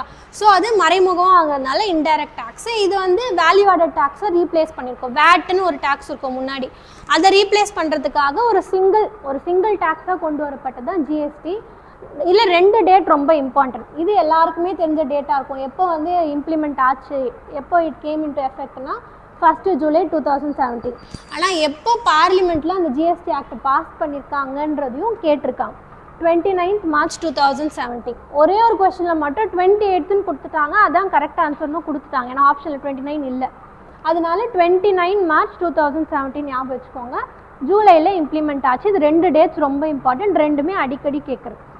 அப்புறம் இதோட மோட்டோ என்னென்னா, 1 nation 1 market 1 tax. Duplication of tax இருக்கக்கூடாது, கன்சியூமர்ஸோட டாக்ஸேஷன் பேர்டனை கம்மி பண்ணணும், கவர்மெண்ட்டுக்கும் ஈஸியாக அந்த வரியை வசூலிக்கணும் அப்படிங்கிற ஆப்ஜெக்டிவ்ஸ்னால இதை கொண்டு வந்தாங்க.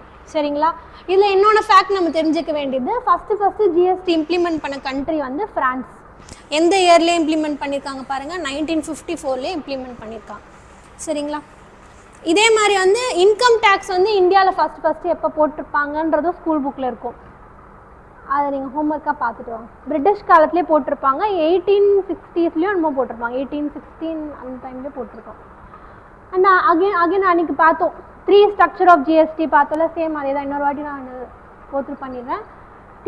ஸ்டேட் லெவலில் எஸ்ஜிஎஸ்டி, அப்புறம் சென்ட்ரல் லெவலில் சிஜிஎஸ்டி, அப்புறம் இன்டகிரேட்டட்னா இன்டர் ஸ்டேட் பார்த்தலாம், ஒரு ஸ்டேட்லேருந்து இன்னொரு ஸ்டேட்டுக்கு நடுவில் ட்ரேடு, அது ஐஜிஎஸ்டி. அப்புறம் அகெயின் 3 ஸ்லாப் பார்த்தோம். 3 ஸ்லாப் ஞாபகம் வச்சுக்கோங்க, ஏன்னா பழைய ஸ்லாப் வச்சு கூட கொஷின் கேட்கலாம். இப்போ என்னென்ன ஸ்லாப் இருக்குது?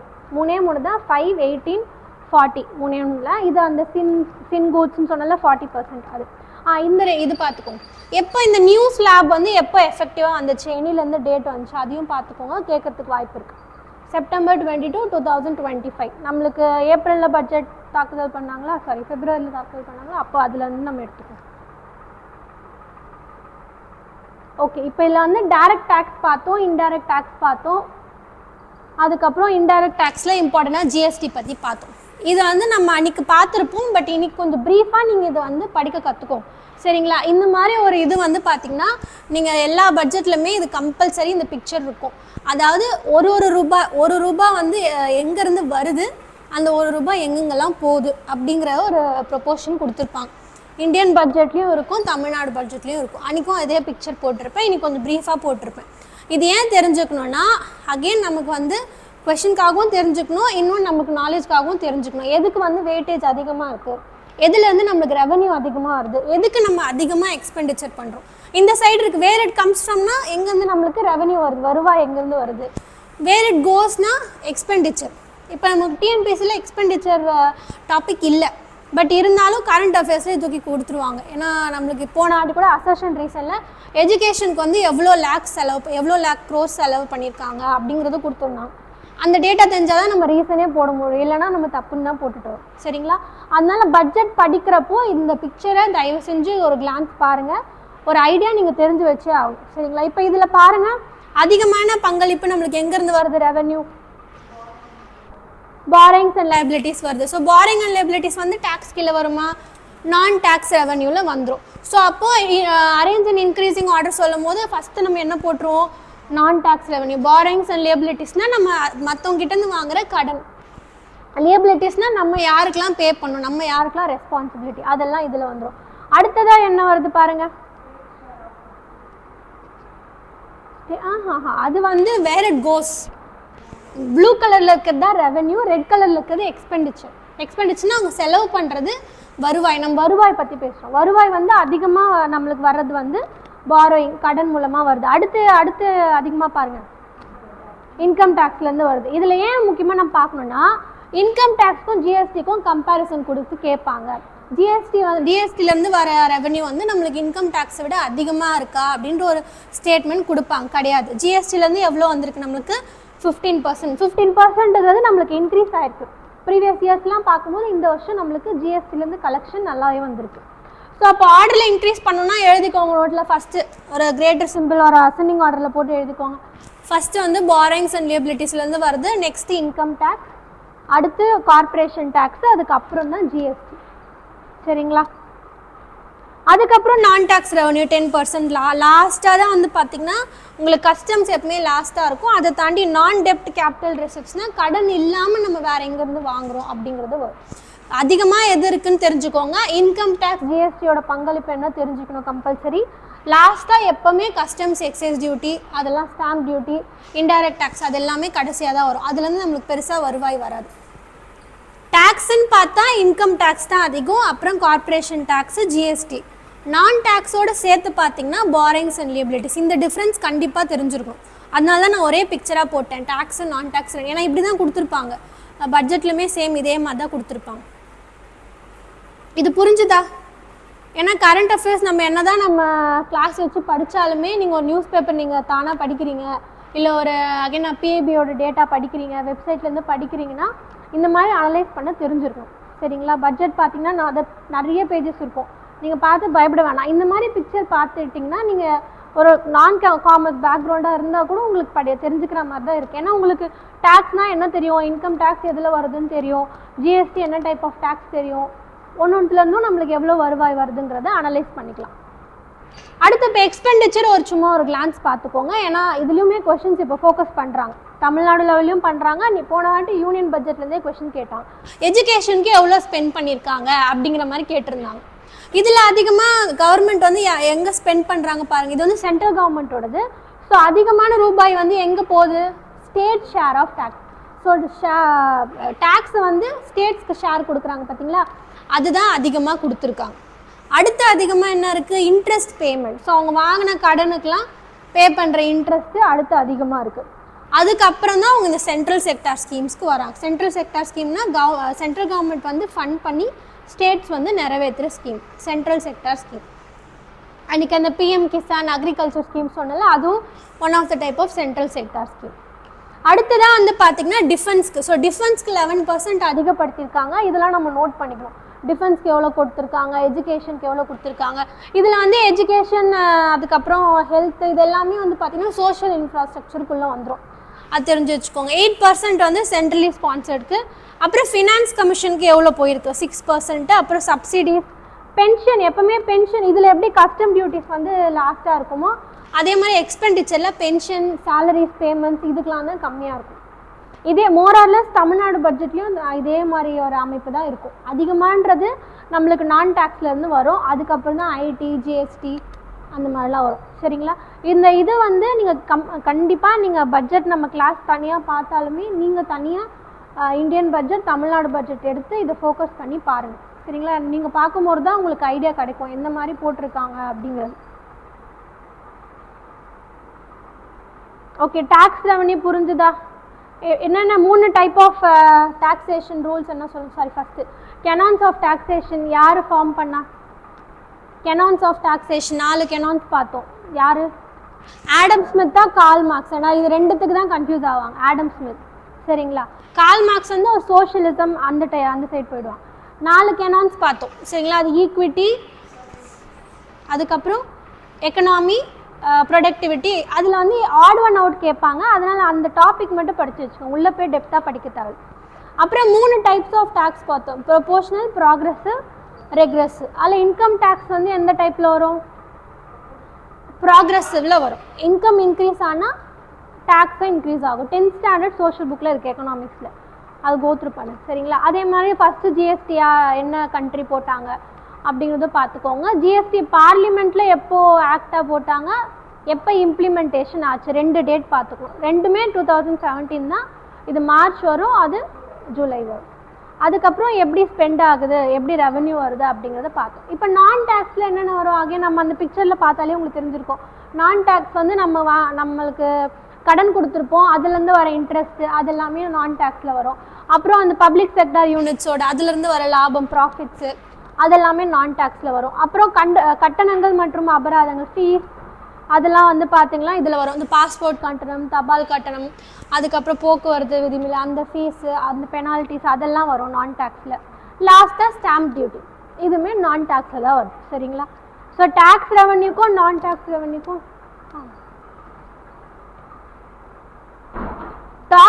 டேக்ஸ் ரெவன்யூக்கும் நான் டேக்ஸ் ரெவன்யூக்கும் டிஃப்ரென்ஸ் புரிஞ்சுதா?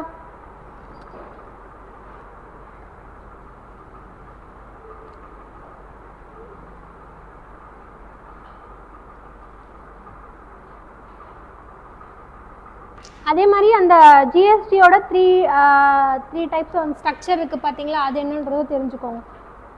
ஓகே, இப்போ சோர்சஸ் ஆஃப் ரெவன்யூ முடிச்சுட்டு இல்லைன்னா டவுட்ஸ் இருக்கா? டேக்ஸ் ரெவன்யூ நான் டேக்ஸ்க்கு என்ன டிஃப்ரென்ஸ் டவுட் இருக்கா? டைரக்ட் டேக்ஸ் எது, இன்டைரக்ட் டேக்ஸ் எது? கார்ப்பரேட் டேக்ஸ், அப்புறம் இன்கம் டேக்ஸ், இது எல்லாமே டைரக்ட். வெல்த் டேக்ஸ் இதெல்லாம் டைரெக்டாக வரும். நேரடியாக நம்மக்கிட்ட இருக்க பொருள் மேலே இல்லை நேரடியாக நம்ம பண்ணுற ஒரு விஷயத்து மேலே போடப்பட்ட tax direct tax. Indirect tax எல்லாமே GST, sales tax, excise, customs duties, இது எல்லாமே இன்டைரக்ட் டேக்ஸில் வரும். நீங்கள் இதை 10th புக் பார்த்தாலே போதும், ரொம்ப ஈஸியாகவும் கொடுத்துருப்பாங்க, புரிகிற மாதிரி கொடுத்துருப்பாங்க. அதுலேயுமே இன்னும் கொஞ்சம் இந்த பிளாக் மணி பற்றி அதெல்லாம் பற்றி கொஞ்சம் ஜென்ரலாக இருக்கும், வேணும்னா படித்து வச்சுக்கோங்க. ஆனால் கேட்க மாட்டாங்க. ஜிஎஸ்டி பற்றியும் அந்த டேட்ஸ் முக்கியம், ஸ்ட்ரக்சர் முக்கியம். ஜிஎஸ்டியிலேருந்து நம்மளுக்கு எவ்வளோ பர்சன்டேஜ் டேக்ஸ் வருது, இந்தியா லெவலில் வந்து பார்த்திங்கன்னா 15% வருது. தமிழ்நாடு பட்ஜெட்டில் எவ்வளோ வருதுங்கிறத பார்த்து வச்சுக்கோங்க. ஏன்னா அதிகமாக இருக்குது, ஜிஎஸ்டி கலெக்ஷன் வந்து அதிகமாக இருக்குது. அதனால தான் ஸ்லாப் ரேட்ஸ் வந்து 3ஆக மாற்றிட்டாங்க. நிறைய இருந்ததை இப்போ 3ஆக மாற்றி கன்சியூமர்ஸ்க்கான பெனிஃபிட் மாதிரி மாற்றிருக்காங்க. சரிங்களா? இப்போ இது முடிஞ்சோடனே இது ஒரு பெரிய டாபிக் உள்ள போக போகிறோம், பேங்கிங் பற்றி போக போகிறோம். ரெவன்யூ, சோர்ஸ் ஆஃப் ரெவன்யூவில் எந்த டவுட்ஸும் இல்லைல்ல. இதில் மோஸ்ட்டாக சோர்ஸ் ஆஃப் ரெவன்யூவில் நீங்கள் பேசிக்ஸ் தெரிஞ்சிருந்தாலே ஆன்சர் பண்ணிடலாம். நீங்கள் ஏன் பேசிக்ஸ் தெரிஞ்சுக்கணுன்னா, அகைன் நீங்கள் பட்ஜெட்டுங்கிறது கம்பல்சரி கோத்ரூ பண்ணணும். பட்ஜெட் வந்து கரண்ட் அஃபேர்ஸ் கீழேயும் வந்துடும், எக்கனாமி யூனிட்டில் கரண்ட் அஃபேர்ஸ் கொடுத்துருக்காங்களே அது கீழேயும் வரும். ஸோ பட்ஜெட் எக்கனாமிக் சர்வேலாம் பார்க்குறப்போ ஒரே வார்த்தையில் கொடுத்துட்டு போயிடுவாங்க அவங்க, பாரிங்ஸ் அண்ட் லிபிலிட்டிஸில் ஜிஎஸ்டிலேருந்து இவ்வளோ வந்திருக்கு அப்படின்னு. ஸோ நம்ம அதை பற்றி பேக்ரவுண்ட் தெரிஞ்சிருந்தால் தான் நம்ம அதை வந்து கோத்ரூ பண்ண முடியும். இல்லைனா பட்ஜெட்டோ இல்லை எக்கனாமிக் சர்வேயோ படிக்கிறப்போ கொஞ்சம் கஷ்டமாக இருக்கும். சரிங்களா? இப்போ அடுத்த முக்கியமான டாபிக் வந்து பேங்கிங். இதுக்கு இன்ட்ரடக்ஷன் கொடுத்துட்டு நான் பிரேக் விட்டுறேன். சரிங்களா? பேங்கிங் வந்து பார்த்திங்கன்னா வங்கிகளோட அமைப்பு. ஸோ பேங்க்ஸ் வந்து ரொம்பவே இம்பார்ட்டன்ட் நம்மளோட எக்கனாமிக் செக்டாரில். பார்த்திங்கன்னா என்னதான் வந்து கவர்மெண்ட் வந்து தனியாக பட்ஜெட் போட்டு ஃபண்டிங் கொடுக்குது அப்படி இருந்தாலுமே, நம்ம இன்றைக்கி ஆர்பிஐ கூட பார்த்தோம்ல, லெண்டர் ஆஃப் லாஸ்ட் ரெசார்ட் பார்த்தோம். கரெக்டாக? ஸோ எமர்ஜென்சி டைம்ஸில் இருக்கட்டும், ஒரு பேக்கப் மாதிரி, எக்கனாமிக் பேக்கப் மாதிரி இருக்கிறது பேங்க்ஸ் தான் அந்த க்ரூஷியல் ரோல் ப்ளே பண்ணுது. ஸோ இப்போ அதை பற்றி ஒரு ஹிஸ்ட்ரி பார்த்துப்போம். இந்தியன் பேங்க்ஸில் நம்ம சென்ட்ரல் பேங்க்குங்கிறது ஆர்பிஐ இருக்குது, அதுக்கான ஆக்ட் இயர் பார்த்தோம், 1934-35 பார்த்தோம். பட் அதுக்கு முன்னாடி என்ன மாதிரியான பேங்க்ஸ் இருந்திருக்கு அப்படிங்கிறத பார்த்துருவோம். ஃபஸ்ட்டு வந்து பார்த்தீங்கன்னா பேங்க் ஆஃப் இந்துஸ்தான் 1770 இருந்திருக்கு. பிரிட்டிஷ் ரூல் ஆரம்பிக்கும் போது அதில் ஃபார்ம் பண்ணியிருக்காங்க. ஸோ அதில் வந்து பார்த்திங்கன்னா பிரசிடென்சி பேங்க்ஸ் தான் கண்ட்ரோல் பண்ணாங்க. பிரசிடென்சி பேங்க்னா அப்போ மூணு முக்கியமான பிரசிடென்சிஸில் பெங்கால், பாம்பே, மெட்ராஸ். ஸோ இதுதான் 3 பிரசிடென்சி பேங்க்ஸாக இருந்துச்சு. இது 3 தான் மேஜர் பிரசிடென்சிஸாக இருந்திருக்கும். ஸோ அதனால் இது 3 பேங்க்ஸாக இருந்துச்சு. இது 3 தான் பிரசிடென்ஷியல் பேங்க் சொல்லுவாங்க. இது 3த்தையும் மர்ஜ் பண்ணி 1921 இம்பீரியல் பேங்க் ஆஃப் இந்தியான்னு மாற்றிருப்பாங்க. இந்த இம்பீரியல் பேங்க் ஆஃப் இந்தியா தான் 1955 எஸ்பிஐ, இப்போ இருக்க ஸ்டேட் பேங்க் ஆஃப் இந்தியாவாக மாறியிருக்கும். இந்த ஸ்டேட் பேங்க் ஆஃப் இந்தியா வேறு, ஆர்பிஐ வேறு. இது வந்து ஸ்டேட் பேங்க் ஆஃப் இந்தியாவோட அமைப்பு நம்மளுக்கு ப்ரீ இண்டிபெண்டன்ஸ் பிரிட்டிஷ் காலத்துலேருந்தே இருக்குது. ஆர்பிஐயும் 1934 பிரிட்டிஷ் காலத்துலேருந்து தான் இருக்குது. பட் அதுக்கு முன்னாடியே உருவானது தான் இந்த இம்பீரியல் பேங்க் ஆஃப் இந்தியா, ஒரு ஸ்டேட் பேங்க் ஆஃப் இந்தியா. இப்படி தான் நம்மளுக்கு பேங்கிங்கோட அமைப்பு வந்து ஆரம்பிச்சிருக்கு. சரிங்களா? இந்த ஹிஸ்ட்ரி மட்டும் தெரிஞ்சு வச்சுக்கோங்க. இம்பீரியல் பேங்க் ஆஃப் இந்தியா எப்போ மர்ஜ் பண்ணாங்க, எஸ்பிஐயை அது எப்போ சேஞ்ச் பண்ணாங்க, அதுக்கப்புறம் நேஷ்னலைஸ் பேங்காக ஆகிடுச்சு. சரிங்களா? இதே தான் வந்து தமிழில் கொடுத்துருப்பாங்க. இங்கே எல்லாருக்குமே இங்கிலீஷே கம்ஃபர்டபுளா, இங்கிலீஷ் டெக்ஸ்டே கம்ஃபர்டபுளா? ஏன்னா நான் தமிழ் டிரான்ஸ்லேட் பண்ணுறதுக்கு தான் எனக்கு ரொம்ப கஷ்டமாக இருக்குது. இல்லை நெக்ஸ்ட் கிளாஸில் இங்கிலீஷ் மட்டும் எடுத்துகிட்டு வருவாங்க. ஓகே, இப்போ இது வந்து பேங்க் இந்தியாவில் பேங்க்கோட ஒரு பேக்ரவுண்ட் பார்த்தோம், ஹிஸ்ட்ரி பார்த்தோம். இப்போ இது இல்லாமல் டைப்ஸ் ஆஃப் பேங்க்ஸுங்கிறது நான் ஒரு ஓவர்வியூ கொடுத்துட்றேன். சரிங்களா? எப்பவுமே ஒரு கண்ட்ரி எடுத்துக்கிட்டிங்கன்னா ஒரு சென்ட்ரல் பேங்க்னு இருக்கும். நம்ம கண்ட்ரியில் சென்ட்ரல் பேங்க் எது? சென்ட்ரல் பேங்க்னால் அதுதான் மேஜர் பவர், அதுதான் எல்லா ரெகுலேட்டிங் மற்ற எல்லா பேங்க்ஸையும் கண்ட்ரோல் பண்ணுறது, ரெகுலேஷன் பண்ணுறது, மானிட்டர் பண்ணுறது, அது எல்லாமே இவங்களோட வேலையாக தான் இருக்கும். நம்ம இந்தியாவில் இந்த வேலையை பார்க்குறது ஆர்பிஐ. சரிங்களா? இது இல்லாமல் நம்மளுக்கு வந்து கமர்ஷியல், நான் கமர்ஷியல்னு பிரிக்கலாம். கமர்ஷியல்னாலே என்ன? இப்போ நம்ம கமர்ஷியல் படம் அப்படி சொல்கிறோமே, அப்போ அது வந்து எந்த நோக்கத்தில் பண்ணுவாங்க? ப்ராஃபிட்ஸ் நோக்கத்தில் தானே பண்ணுவாங்க. கமர்ஷியல் படம்னா என்ன அர்த்தம்? ப்ராஃபிட் ஓரியன்டாக பண்ணுவாங்க, மாஸ் எலமெண்ட்ஸ்லாம் போட்டு பண்ணுவாங்க. அதே ஒரு கருத்து வைக்கிற படமாக இருக்கிறதுல அதில் மாஸ் எலமெண்ட்ஸ்லாம் இருக்குது, அதே தான் பண்ண போகிறோம். கமர்ஷியல் பேங்க்ஸ்னால் ப்ராஃபிட்ஸ்க்காக அந்த நோக்கத்தில் இயக்கப்படுற பேங்க்ஸ் எல்லாம் கமர்ஷியல் பேங்க். நான் கமர்ஷியல் பேங்க்னால் இண்டிவிஜுவல்ஸ்க்கும் நம்ம மாதிரி எப்படி சொல்கிறது, அந்த அக்ரிகல்ச்சர் பேக்ரவுண்ட் இல்லை சிறு தொழில் பண்ணுறவங்க அவங்க எல்லாருக்கும் ஃபோக்கஸ் பண்ணி கொடுக்கணுங்கிறது நான் கமர்ஷியல் பேங்க் சொல்லுவோம். இது ரெண்டு வந்து பார்த்திங்கன்னா மேஜர் கிளாஸிஃபிகேஷனாக சொல்லலாம். அதில் கமர்ஷியல் பேங்க்ஸ் பற்றி ஃபஸ்ட்டு பார்க்கலாம். கமர்ஷியல் பேங்க் நான் அகைன் சொன்ன மாதிரி இது மேஜராக எது கூட டீல் பண்ணி வச்சுருக்கோன்னா சின்ன இப்போ ஸ்மால் பிஸ்னஸ் பப்ளிக் பிஸ்னஸாக இல்லாமல் பெரிய பெரிய கார்பரேஷன்ஸாக இருக்கட்டும், இல்லை வந்து லார்ஜ் பிஸ்னஸ் பண்ணுறவங்க அவங்களுக்கு வந்து நம்ம டெபாசிட் கொடுக்குறது, லோன் கொடுக்கறது, அந்த மாதிரி சர்வீசஸ் தான் பண்ணுவோம். ஸோ இதோட நோக்கம் முழுக்க முழுக்க என்னென்னா ப்ராஃபிட்ஸ் வந்து க்ரியேட் பண்ணும், ப்ராஃபிட்ஸை டார்கெட் பண்ணி பண்ணப்படுறது தான் இது. சரிங்களா? ஸோ இண்டிவிஜுவல்ஸ்க்கோ இல்லை பப்ளிக் ஸ்மால் பிஸ்னஸ்க்கும் கொடுக்க மாட்டாங்க. அது ஆஸ் அப்போஸ்ட் டு இவங்களுக்கு கொடுக்க மாட்டாங்க. மேஜராக வந்து பார்த்திங்கன்னா கார்ப்பரேஷன், லார்ஜ் கம்பெனிஸ்க்கு இல்லை லார்ஜ் ஆர் மிடில் சைஸ்டு பிஸ்னஸஸ்க்கு தான் கொடுப்பாங்க. சரிங்களா? அதுதான் கமர்ஷியல் பேங்க்ஸோட மோட்டிவ். ஸோ இவங்க வந்து they do not provide long term credit சொல்ல மாட்டாங்க. கிரெடிட்னா என்னது? கடன் கொடுக்கறது தான் கிரெடிட் சொல்லுவாங்க. ஸோ இவங்க வந்து லாங் டேர்ம் கிரெடிட் வந்து ஃபோக்கஸ் பண்ண மாட்டாங்க. ஏன்னா லாங் டேர்ம் கிரெடிட் ஃபோக்கஸ் பண்ணால் நமக்கு ப்ராஃபிட்ஸ் வந்து ஷார்ட் டைமில் கிடைக்காது. ஸோ மோஸ்ட்டாக வந்து எமர்ஜென்சி காலத்தில் கொடுக்குறது அந்த மாதிரி தான் பண்ணுவாங்க. அவங்க ஃபோக்கஸ் பண்ணுறது ஃபுல்லாகவே லிக்விடிட்டிக்கு ஃபோக்கஸ் பண்ணுவாங்க. லிக்விடிட்டினா என்ன? லிக்விடிட்டிக்கான மீனிங் என்ன? இதெல்லாம் பேசிக் டேர்ம்ஸ் நமக்கு தெரிஞ்சு வச்சுக்கணும். லிக்விடிட்டினா இப்போ நம்ம ஒரு பொருளை வந்து அதுக்கு வந்து லிக்விடிட்டி அதிகம் கம்மிங்கிறது எப்படி சொல்லுவோம்? இப்போ கேஷுங்கிறது ஹைலி லிக்விட், கோல்டு வந்து பார்த்திங்கன்னா அதுக்கு அடுத்தது ஹைலி லிக்விட். இப்போ நான் ஒரு அதை தாண்டி மற்ற பொருள், இப்போ நான் இந்த பென்னோ இல்லை புக்கோ எடுத்துகிட்டு போய் எனக்கு காசு கிடைக்கும், ஆனால் எனக்கு ஈஸியாக கிடைக்குமா? கிடைக்காது. சரிங்களா? அதுதான் லிக்விடிட்டி சொல்லுவாங்க.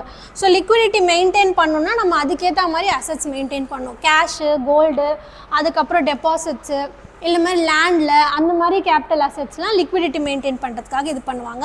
ஸோ இவங்க லாங் டேர்ம் லோன்ஸ் வந்து ஃபோக்கஸ் பண்ண மாட்டாங்க. ஷார்ட் டேர்ம், ஏன்னா இப்போ நிறைய பிஸ்னஸ்லாம் வந்து பார்த்திங்கன்னா அவங்களுக்கு உடனடியாக கடன் தேவைப்படும். ஸோ அப்போ என்ன பண்ணுவாங்க? கமர்ஷியல் பேங்க்ஸ் வந்து ஹையர் இன்ட்ரெஸ்ட் ரேட் தான் போடுவாங்க. அப்போ வேறு வழி இல்லாமல் இவங்க வாங்கிப்பாங்க. ஏன்னா அவங்களுக்கு தேவைப்படுது, வேறு எங்கேயும் போய் அவங்க வாங்க முடியாது. So higher percentage of interest rate போட்டு ப்ராஃபிட்டை மட்டும் ஃபோக்கஸ் பண்ணுவாங்க. அதுதான் கமர்ஷியல் பேங்க். அதனால அவங்க லாங் டேர்ம் போக மாட்டாங்க. ஷார்ட் டேர்ம், குறைந்த டென்யூரில் வந்து அதிகமான வட்டி போட்டு ப்ராஃபிட் பார்க்கணுங்கிறது தான் பார்ப்பாங்க. சரிங்களா? லாங் டேர்ம் கொடுக்க மாட்டாங்க. லாங் டேர்ம்ங்கிறது வந்து பார்த்திங்கன்னா யாரோட வேலையாக இருக்கும்னா நான் கமர்ஷியல் பேங்க்ஸோட வேலையாக தான் இருக்கும். இப்போ நார்மலாக இந்த மாதிரி கமர்ஷியல் பேங்க்ஸோட ஃபங்க்ஷன்ஸ் பார்த்திங்கன்னா ப்ரைமரி ஃபங்க்ஷன், செகண்டரி ஃபங்க்ஷன் பிரிக்கலாம். ப்ரைமரி ஃபங்க்ஷன்னா டெபாசிட்ஸ் அக்செப்ட் பண்ணுவாங்க. நம்ம போய்ட்டு அந்த பேங்க்ஸில் டெபாசிட் பண்ணிக்கலாம், நம்மளோட காசை வந்து வச்சுக்கலாம், சேவிங் அக்கௌண்ட்லேயோ இல்லை வேறு மாதிரி அக்கௌண்ட்ஸ்லேயோ வச்சுக்கலாம். டெபாசிட்ஸை அக்செப்ட் பண்ணுவாங்க. லோன் கொடுப்பாங்க. அட்வான்சிங் லோன்ஸ்னால் லோன் கிளியர் பண்ணி லோன் ப்ரொவைட் பண்ணுறது. மோஸ்ட்டாக ஷார்ட் டேர்ம் லோன்ஸாக இருக்கும். இது ரெண்டும் ப்ரைமரி ஃபங்க்ஷனில் வரும். செகண்டரி ஃபங்க்ஷன்னா ஏஜென்சி சர்வீசஸ். அவங்க வந்து ஒரு மீடியேட்டர் மாதிரி இருப்பாங்க. ஃபார் எக்ஸாம்பிள் ஒரு பேமெண்ட் ரெகுலேட்டராக இருப்பாங்க, ஒரு கொலாட்ரல் கொடுக்குறவங்களா இருப்பாங்க. அந்த மாதிரி ஏஜென்சி சர்வீசஸ் கொடுப்பாங்க. ஜென்ரல் யூட்டிலிட்டி சர்வீசஸ்னால் இப்போ நம்ம பேங்க்லேயே நெட் பேங்கிங் யூஸ் பண்ணி பில்ஸ் பே பண்ணுறது, இல்லை ஃபண்ட்ஸ் ட்ரான்ஸ்ஃபர் பண்ணுறது, டிரான்சாக்ஷன், அதெல்லாம் யூட்டிலிட்டி சர்வீஸில் வரும். சரிங்களா? பொது பயன்பாட்டு பணிகளில் வரும். அப்புறம் again transfer of funds. Credit கிரியேஷன்னா அகைன் கடன் உற்பத்தி. இப்போ பேங்க் வந்து கடன் கொடுக்குதுன்னா இப்போ அந்த பேங்க்லேருந்து நான் கடன் வாங்கி இன்னொருத்தருக்கு கொடுப்பேன், ரீஃபினான்சிங் சொல்லுவாங்க. ஸோ அந்த மாதிரியான அமைப்பும் கொடுக்குறாங்க. அதான் கிரெடிட் கிரியேஷன். கிரெடிட்னாலே கடன் வழங்குறது. சரிங்களா? ஸோ இதெல்லாம் இம்பார்ட்டண்டான ஃபங்க்ஷன். கேபிட்டல் ஃபார்மேஷன்னா நம்மளுக்கு கேபிட்டல்லாம் என்ன, சொத்து வந்து லிக்விடிட்டி அதிகமாக்கிறதுக்காக நம்ம சொத்தை வந்து அதிகப்படுத்துகிறோம். அப்புறம் கிரெடிட் வந்து கிரியேட் பண்ணுறோம். சேனலைசிங் த ஃபண்ட்ஸ்னால் அந்த ஃபண்டு வந்து ப்ராப்பராக ஒரு சேனல் மூலமாக, ப்ராப்பராக ஒரு பேங்க் மூலமாக போகணும், பிளாக் மணிலாம் கிரியேட் பண்ணக்கூடாது அப்படிங்கிறதுக்கான ப்ராப்பராக ஒரு சேனல் கொடுக்குறாங்க. அப்புறம் ரைட் டைப்ஸ் ஆஃப் இண்டஸ்ட்ரீஸை என்கரேஜ் பண்ணுறாங்க. ஏன்னா இவங்களோட ஃபோக்கஸே என்ன, பெரிய பெரிய பிஸ்னஸை டார்கெட் பண்ணுறது தான். ஸோ அந்த மாதிரியான இண்டஸ்ட்ரீஸ்க்கெலாம் என்கரேஜ் பண்ணுறாங்க. அவங்களுக்கு கடன் உதவி பண்ணி எக்கனாமிக் க்ரோத்தை ஃபோக்கஸ் பண்ணுறாங்க. அப்புறம் இந்த மானிட்டைஸ் த டெப்ட் அப்படின்னா கடனை வந்து என்ன பண்ணுவாங்க, இப்போ சில பேருக்கு ஆல்ரெடி கடன் இருக்கிறதுக்காகவும் அந்த கடனை அடைக்கிறதுக்காகவும் மறுபடியும் இன்னொரு லோன் எடுப்பாங்க. சரிங்களா? அதுதான் வந்து இந்த மாதிரி போயிட்டே இருக்கும். அதை வந்து என்ன டேர்ம் சொல்லுவாங்கன்னா, நான் சொல்கிறேன் தெரிஞ்சு வச்சுக்கோங்க. இப்போ ஒருத்தருக்கு வந்து ஆல்ரெடி கடன் இருக்குது, அதுக்காக அவர் இன்னொரு கடனை வாங்கி அந்த கடனை அடைக்க போகிறாருன்னா அது வந்து எவர் கிரீனிங் ஆஃப் லோன்ஸ்ன்னு சொல்லுவாங்க அந்த டேர்ம். இது வந்து நிறைய இந்த மாதிரி பெரிய பெரிய பிஸ்னஸ்மேன்லாம் இந்த மாதிரி ஒரு வேலை பார்த்துட்டு தான் அவங்க என்ன பண்ணுவாங்கன்னா இந்த இதை வந்து அதிகமாக க்ரியேட் பண்ணிடுவாங்க. நான் பர்ஃபார்மிங் அசெட்ஸ், அதாவது கடன் ஒழுங்காக கட்ட மாட்டாங்க அவங்க. சரிங்களா? அது எல்லாமே யாருக்கு வந்து டிஸ்அட்வான்டேஜாக போகும்னா பேங்க்குக்கு டிஸ்அட்வான்டேஜாக போகும். அந்த மாதிரியான அசெட்ஸ் எல்லாம் என்ன பண்ணுவாங்கன்னா அவங்க இன்னொரு சேனல் மூலமாக அதை விற்று அது மூலமாக காசு கிரியேட் பண்ண போவாங்க. அது ஒரு தனி டாபிக் அது, பட் சும்மா தெரிஞ்சு வச்சுக்கோங்க. அடுத்து அவங்க வந்து ஃபினான்ஸ் டு கவர்மெண்ட்டுக்கும் ஃபினான்ஸ் பண்ணுவாங்க. இந்த மாதிரி இப்போ எதனா நம்ம பார்ட்னர்ஷிப் சைன் பண்ணுறோம், இல்லை எதனா ஸ்கீம்ஸ் கூட அவங்க வந்து நம்மளுக்கு ஒத்துழைப்பு கொடுப்பாங்க. அப்புறம் எம்ப்ளாய்மெண்ட் ஜென்ரேஷனுக்கு, லாஸ்ட்டாக வந்து ஆண்டர்ப்ரனர்ஷிப், புதுசாக இண்டஸ்ட்ரீஸ் க்ரியேட் பண்ணணும் அப்படின்னா லோன்ஸ் கொடுப்பாங்க. சரிங்களா? இதெல்லாம் கமர்ஷியல் பேங்க்ஸோட இது. ஓகே, இப்போ பிரேக் எடுத்துக்கோங்க. இது முடிச்சோடனே நான் பேங்கிங் பற்றியும் பார்ப்போம். நான் பேங்கிங் ஃபினான்ஷியல் இன்ஸ்டியூஷன் பற்றி பார்ப்போம்.